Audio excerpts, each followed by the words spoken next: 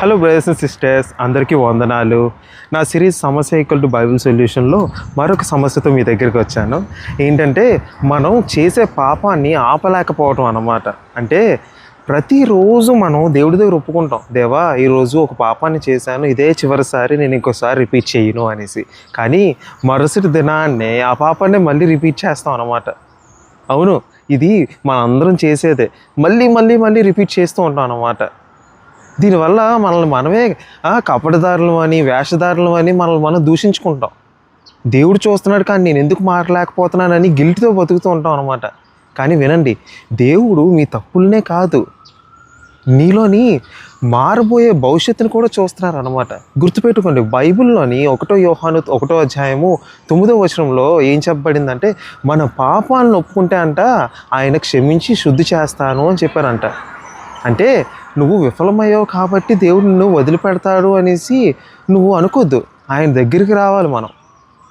ఆయన క్షమిస్తాడు, కొత్త శక్తితో నింపుతారంట. మనకి పాపం దేన్ని వాగ్దానం చేస్తుంది అనుకున్నారు?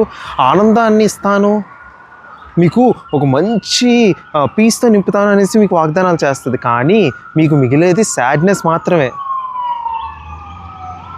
కానీ దేవుడు చెప్తున్నారు, నా దగ్గరికి రా, నేను మీకు పరిశుద్ధతనిస్తాను, ఆనందాన్ని ఇస్తాను, మీకు కావాల్సిన శాంతితో నింపుతాను అని సెలవిస్తారు అనమాట.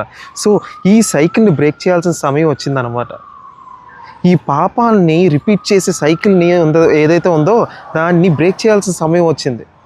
నేను మీకు కొన్ని స్టెప్స్ ఇస్తాను, దాన్ని ఫాలో అవ్వండి. మొదటిది ఏంటంటే, మీరు వెంటనే ఒప్పుకోవాలి. ఇప్పుడు దేవుడి దగ్గర మోకాలేసి ఒప్పుకోండి, ఏ పాపాన్ని అయితే మీరు వదిలిపెట్టలేకపోతున్నారో,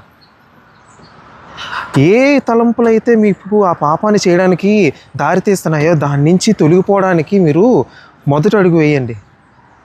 దానికి బదులుగా దేవుడు వాక్యంతో, దేవుడి యొక్క విధానాలతో దాన్ని రీప్లేస్ చేయండి. దేవుడు పాటలతో రీప్లేస్ చేయండి.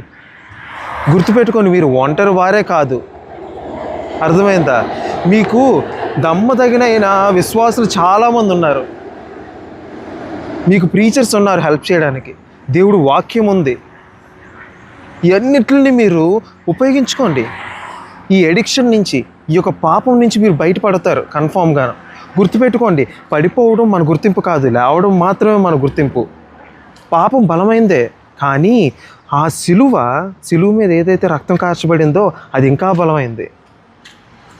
గుర్తుపెట్టుకునే సమస్య ఎంత పెద్దదైన బైబిల్ సొల్యూషన్ ఎప్పుడూ ఉంటుంది. అందరికీ వందనాలు.